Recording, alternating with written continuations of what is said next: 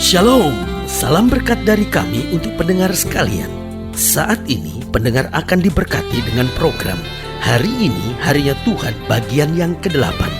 Sebuah program rohani tentang doktrin Alkitab yang menolong kita untuk semakin tertanam dalam kebenaran firman dan bertumbuh dalam kemuliaan. Bersama hambanya, Pendeta Gilbert Lumwendong, STH.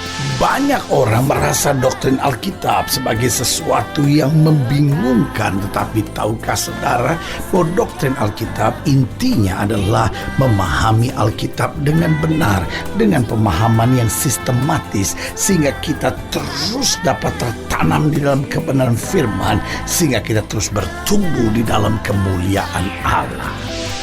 Buka hati saudara sekalian untuk menerima berkat-berkat firman-Nya. Pada dasarnya sukacita sangat diperlukan oleh setiap kita. Nah, kalau saudara sekalian bertanya, kenapa sukacita diperlukan setiap kita? Karena yang pertama, sukacita mendatangkan kesehatan dan kesembuhan.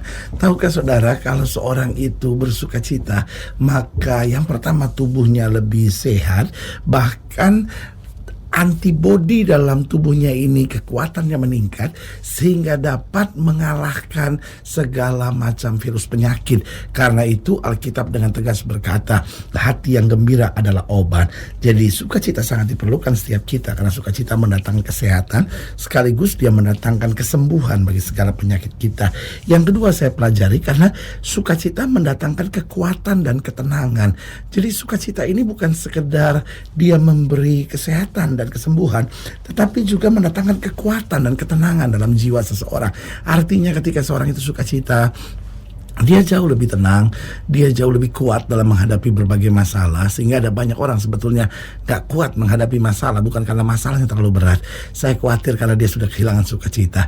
Dia telah dikuasai oleh emosi, amarah yang meledak-ledak, sehingga gak ada kekuatan lagi, gak ada ketenangan lagi untuk menghadapi berbagai persoalannya. Yang ketiga, kenapa sukacita sangat diperlukan oleh setiap kita? Karena sukacita itu menyenangkan bagi orang lain. Tahukah saudara, suami saudara senang sekali lihat istri yang bersukacita. Tahukah saudara bahwa istri sudah senang sekali melihat suami bersukacita? Tahukah saudara bahwa anak-anak saudara senang sekali melihat mama dan papa yang bersukacita? Sehingga selalu saya bilang bahwa hal yang terbaik yang kita bisa berikan kepada seseorang yaitu sukacita kita. Karena dimanapun sudah ada, kalau sudah masuk kantor dengan sukacita, orang lain tuh merasa diberkati. Tapi kalau kehadiran saudara penuh dengan amarah, persungutan, orang sekitar saudara juga resah melihat saudara. Jadi sukacita sangat diperlukan. Kenapa? Karena sukacita dia mendatangkan kesehatan, dia mendatangkan kesembuhan, dia mendatangkan kekuatan, dia mendatangkan ketenangan. Tapi juga sukacita dia menyenangkan orang lain. Dan saya pelajari juga sukacita itu membuat seseorang itu dekat dengan Tuhan. Tahukah saudara bahwa sukacita itu membuat seseorang itu makin bisa merasakan hadirat Tuhan. Makin kita bersukacita, saudara perhatikan, kita makin hidup penuh dengan syukur. Tetapi makin kita bersungut, makin kita kecewa, makin kita penuh dengan emosi dan amarah, maka yang ada dalam hati kita juga penuh dengan kata-kata yang tidak membangun, sehingga kita gak bisa bersyukur. Kita penuh dengan ledakan-ledakan emosional dalam jiwa kita. Karena itu sebagai hamba Allah, kepada pendengar sekalian yang diberkati dan dikasihi oleh Tuhan, saya hanya ingin kembali mengingatkan bahwa sukacita sangat diperlukan setiap kita. Karena dengan sukacita kita akan makin kuat, dengan sukacita kita akan makin tenang, dan dengan sukacita kita akan melihat perkara-perkara yang besar dalam hidup kita. Haleluya. Selamat datang dalam program kita Hari Ini Harinya Tuhan, sebuah program rohani yang kembali mengingatkan kepada kita betapa pentingnya kita menjadikan firman Tuhan sebagai dasar keseharian hidup kita. Karena selama kita jadikan firman Tuhan sebagai dasar keseharian hidup kita, langkah-langkah ke depan kita penuh dengan kepastian, kemenangan, berkat, mujizat, dan perkara-perkara besar. Haleluya. Dan dalam program kita ini, kita sedang membahas tentang bersukacita karena melihat tabut Tuhan.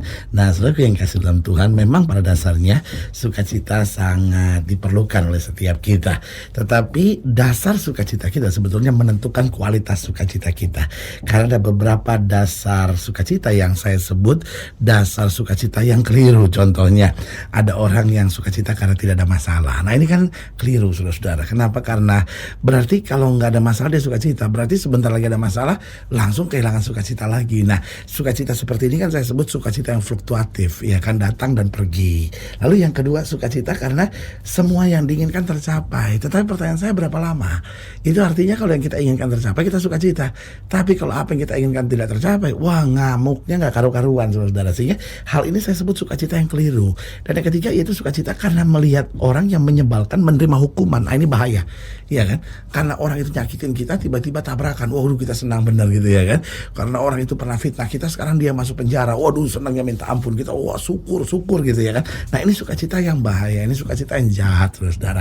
Makanya kita sukacita bukan karena tidak ada masalah, kita bahkan bisa bersukacita di tengah-tengah masalah. Kita bersukacita bukan karena semua yang kita inginkan tercapai, bahkan ketika kita merasa apa yang kita harapkan tidak terjadi, tetap kita bisa bersukacita. Bahkan kita tidak bersukacita ketika melihat orang yang menyebalkan kita, mengecewakan kita, menerima hukuman, tetapi kita bersukacita karena kita tahu pembela kita adalah Tuhan yang tidak pernah meninggalkan kita. Haleluya. Nah, saudara yang kasih dalam Tuhan, dalam program ini, dalam pembahasan tentang bersukacita karena melihat tabut Tuhan, kita mau sama-sama belajar dari 1 Samuel pasal 6. 1 Samuel pasal 6 mulai dari ayat yang ke-10 kita mau pelajari 1 Samuel pasal 6 mulai dari ayat yang ke-10 sampai 1 Samuel 7 ayat yang pertama. 1 Samuel pasal 6 mulai dari ayat yang ke-10 sampai 1 Samuel 7 ayatnya yang pertama. Demikian firman Tuhan. Demikianlah diperbuat orang-orang itu. Mereka mengambil 2 ekor lembu yang menyusui, dipasangnya pada kereta, tetapi anak-anaknya ditahan di rumah. Mereka meletakkan tabut Tuhan di atas kereta, juga peti berisi tikus-tikus emas dan gambar benjol-benjol mereka. Lembu-lembu itu langsung mengikuti jalan ke Bet-Shemesh melalui satu jalan raya sambil menguak dengan tidak menyimpang ke kanan atau ke kiri. Sedang raja-raja kota orang Filistin itu berjalan di belakangnya sampai ke daerah Bet-Shemesh. Orang-orang Bet-Shemesh sedang menuai gandum di lembah. Ketika mereka mengangkat muka, maka tampaklah kepada mereka tabut itu. Lalu bersukacitalah mereka melihatnya. Kereta itu sampai ke ladang Yosua orang Bet-Shemesh itu dan berhenti di sana. Di sana ada batu besar. Mereka membelah kayu kereta itu dan mereka mempersembahkan lembu-lembu sebagai korban bakaran kepada Tuhan. Orang-orang suku Lewi menurunkan tabut Tuhan dengan peti yang ada di sebelahnya, yang di dalamnya ada benda-benda emas itu, lalu menaruhnya di atas batu besar itu. Dan pada hari itu orang-orang Bet-Shemesh mempersembahkan korban bakaran dan korban sembelihan kepada Tuhan. Ketika kelima raja kota orang Filistin melihat hal itu, pulanglah mereka ke Ekron pada hari itu juga. Inilah benjol-benjol emas yang dibayar orang Filistin kepada Tuhan sebagai tebusan salah dari Asdod 1, dari Gaza 1, dari Askelon 1, dari Gad 1, dari Ekron 1. Lagi tikus-tikus emas menurut jumlah segala kota orang Filistin, kepunyaan kelima raja kota itu, baik kota-kota yang berkubu maupun dusun-dusun sekitarnya.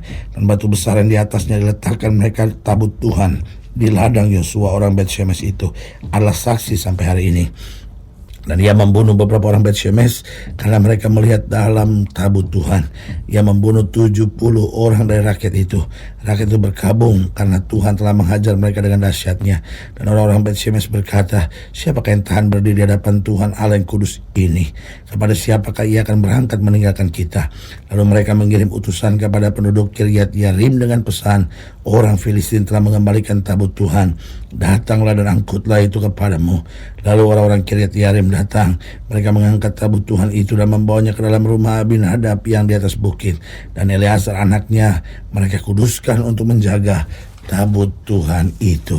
Nah, ayat yang ke-13 saya mau bacakan sekali lagi buat setiap saudara. Orang Bet-Shemesh sedang menuai gandum di lembah. Ketika mereka mengangkat muka, maka tampaklah kepada mereka tabut itu.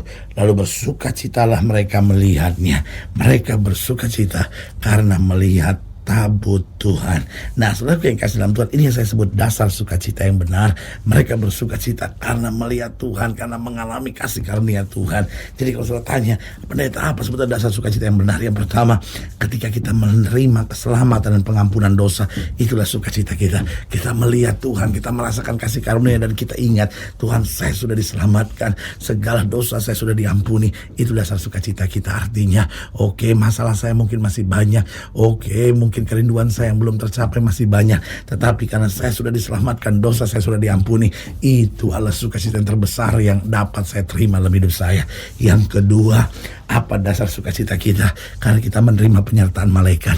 Artinya mau ada tantangan sebesar apapun di depan kita, kita tetap bisa tenang karena kita tahu malaikat Tuhan yang berpasukan mengawal kita.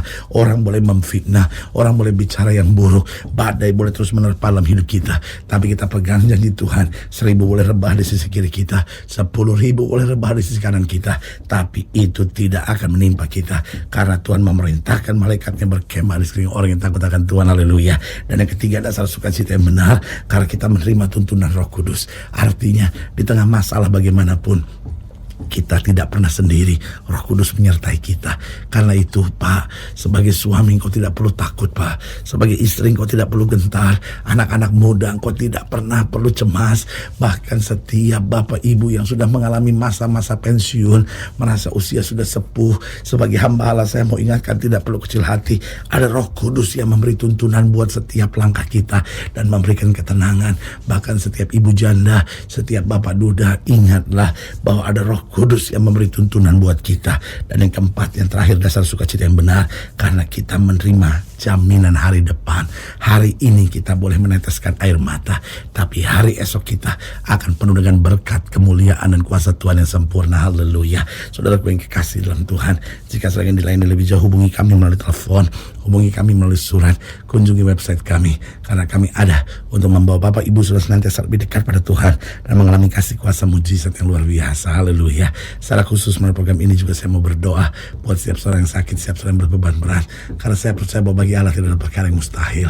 Dan saudara-saudara yang ingin didoakan secara khusus, boleh taruh tangan kanan saudara di dada dan kita akan berdoa. Mari kita berdoa. Bapa, dalam nama Yesus, hamba doa buat yang sakit, hamba doa buat yang berbeban berat, hamba doa untuk setiap mereka sedang menghadapi masa-masa yang sukar, karena hamba percaya bahwa bagi Allah tidak ada perkara yang mustahil. Bapak, hamba berdoa di dalam nama Yesus, Tuhan jamah, yang sakit Tuhan sembuhkan, yang lemah Tuhan kuatkan, yang susah Tuhan hiburkan, yang jatuh Tuhan angkat, sehingga hari-hari yang penuh kemenangan boleh berlaku dalam hidup kami. Bahkan hamba doa buat setiap mereka yang taruh tangan kanan dan tidak ada, karena mungkin hari-hari ini sedang kehilangan sukacita, atau mungkin sukacita mereka keliru. Hari ini hamba doa dalam nama Yesus, biarlah setiap pendengar sekalian boleh menerima sukacita sejati dalam Kristus. Di dalam nama Yesus kami berdoa. Haleluya. Amin. Nah, saudara yang kasih dalam Tuhan, kita sudah berdoa. Ingat, Allah tidak pernah lalai menepati janjinya. Inilah saatnya buat kita untuk bangkit, bersemangat, bersukacita menghadapi segala perkara, karena kita tahu Yesus hidup, Yesus berkuasa, dan selalu menyediakan yang terbaik buat anak-anaknya. Doa saya menyertai saudara. Sampai berjumpa pada program berikut, dan jangan lupa jadikan hari ini harinya Tuhan.